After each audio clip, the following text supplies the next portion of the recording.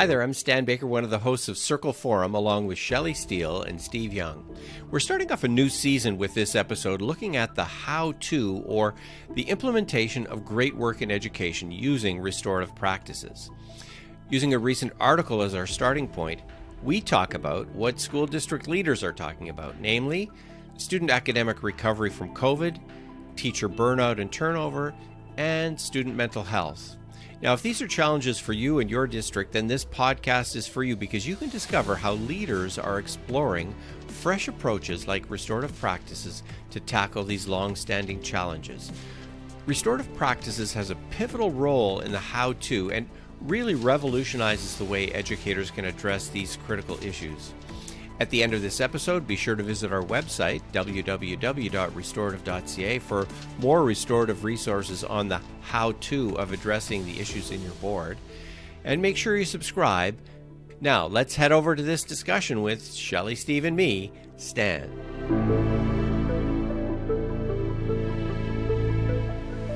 As we're heading into 2024, we want to look at the top 3 concerns, according to one article, that are on district leaders' minds. Now, it's American. They're close. There's some similarities. Let's talk about the top 3. Before we get talking too much about what each of them are, what this article really does is talk about new ways of addressing. These are not new concerns. And there's certainly concerns in Canada and have been for a long time. You're not going to hear new concerns here. You're going to hear concerns that have been around for a long time, but they're thinking about addressing them in different ways. So what jumped out at you that was different about the new way of addressing some of these? There's 3 concerns, and the third one, they talked about student mental health and how we support student mental health, which has always been around, as Shelley said, always been there. It's always been a problem. But I think what this article talks about is they need to up it in terms of its priority. It needs to become a much higher priority for school boards to be focusing on it and be putting in supports. School boards have always talked about school climate and the difference in how positive school climate can lead to better academic results and so on and so forth. But they've talked about it, but done very little in terms of really supporting it both financially and through programs and policy procedures. This article is saying we need to start rethinking that prioritization of climate as a strategy, and it really needs to be up at the very top. Let's take care of the students first, and then the academics will start to take care of itself once the students are feeling better. So how about restorative practices? Like, how can restorative practices actually help with this? This is part of what I'm wrestling with here. So staying on that point that Stephen made around the student well-being in that article, what the article points out, which is not news, is that it's very complex. That whole topic of student well-being.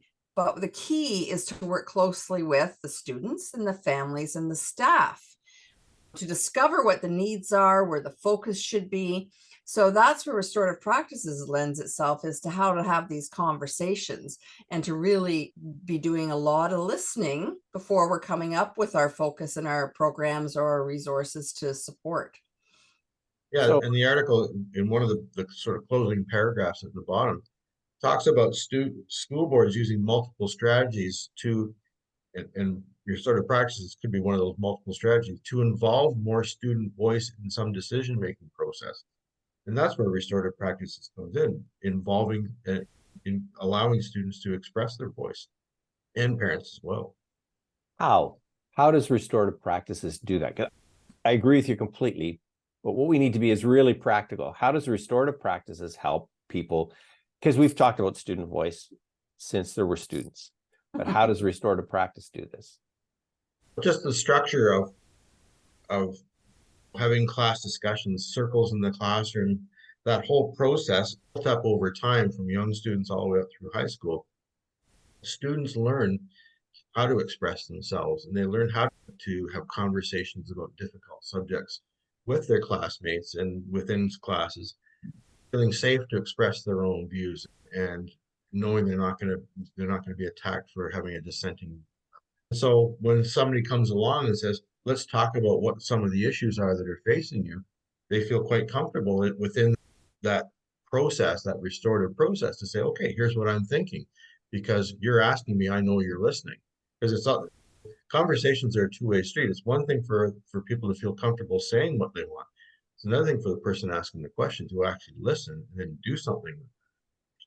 So restorative practices plays both sides of that. We know teachers that have used it extensively in their classrooms over years can have incredible conversations about very complex topics, and the students just jump right in with both feet and feel very comfortable having those conversations. So when somebody comes along and starts asking really tough questions about how they're thinking and feeling about school, and why have you been away so often, and what do you feel about taking this new math course, kids are going to jump in with those opinions because they know they're being heard. And after being in a leadership position, I also found that restorative practices gave me language to facilitate conversations, whether these people knew me or not. So what Steve's talking about is that using it over time to build up comfort and a school climate that allows for discussion, but it can also be used if almost cold turkey, if you will, to go into a group and start to facilitate a conversation rather than just leading a conversation. Very different. So the cold turkey is because it's post-Christmas, is that right? Yeah. Oh, okay, all right. But the issue of countering teacher burnout and teacher turnover. What's not new about this, but what's new about the suggestions here? And it was about understanding that many factors will be outside of the leader's area of being able to do anything about it, to change it.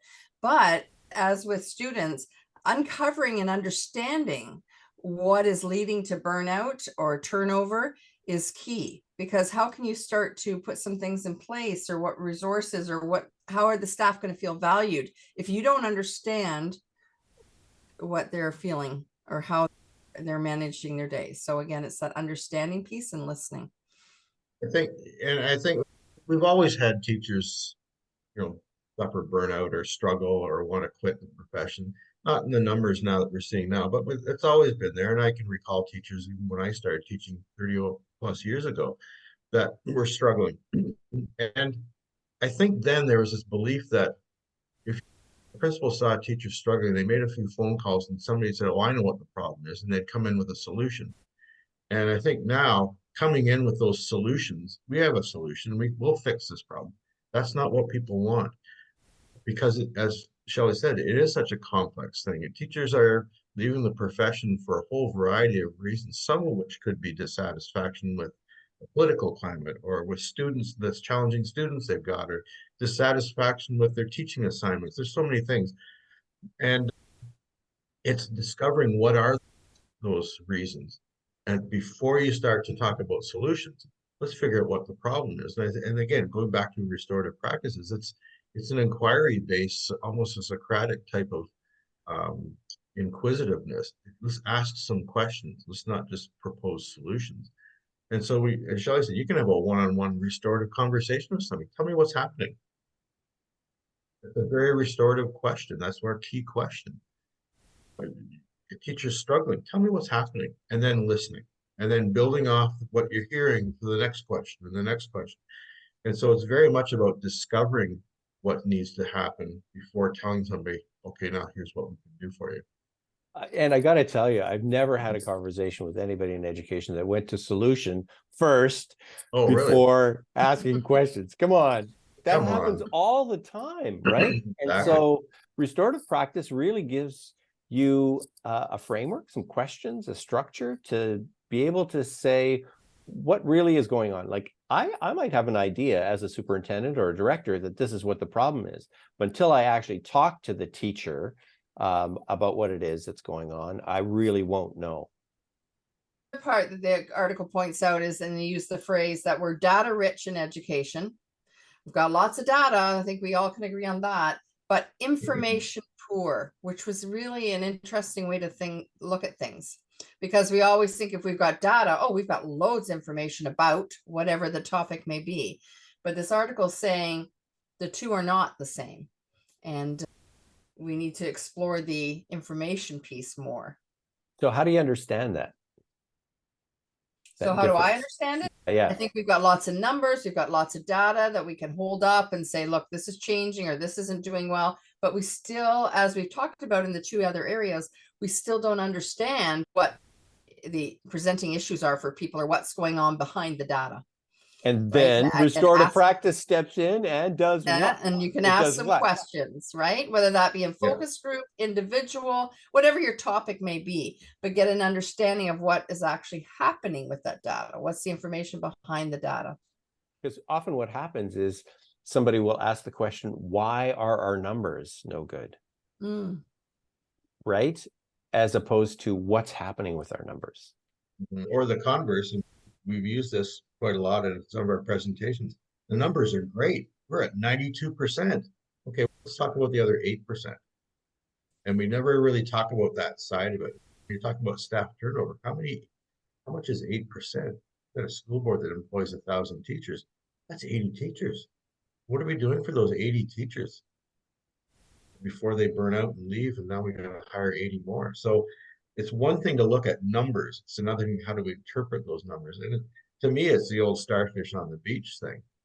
If I can have a conversation with one teacher and really discover what their struggles are and put into place some kind of supports for them such that they feel confident to carry on and not quit, then that's well worth it. And I don't need data. That I don't need to take all their answers and put it into numbers and then come up with a chart saying, I talked to this teacher and here's what the data shows me. I don't need to do all that. I just need to be able to deal with that one teacher. And if I can keep that one teacher from leaving the profession, then I'd say it's a successful day. That's the starfish on the beach thing. And so it's sometimes we look at the big numbers, but we forget about on an individual basis. We need to be working with each person individually.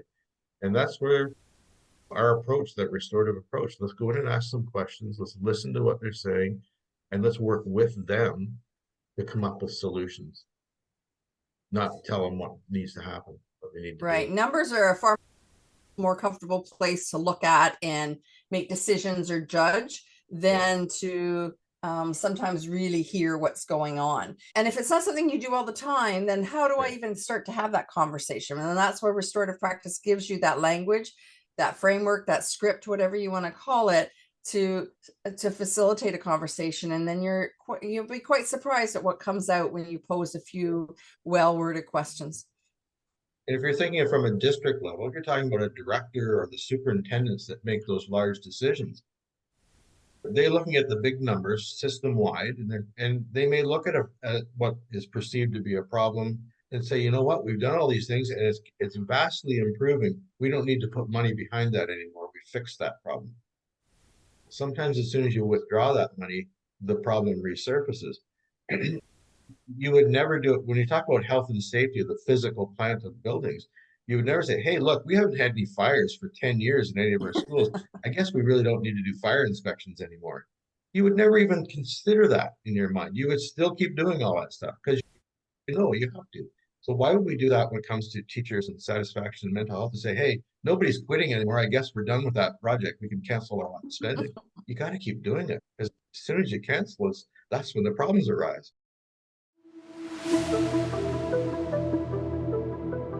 These are critical concerns weighing on the shoulders of educational leaders, directors, and superintendents. Our exploration into student mental health, teacher burnout, and the complexities of interpreting educational data sheds light on the significance of restorative practices in reshaping the conversations and strategies to become the how-to to do this as leaders.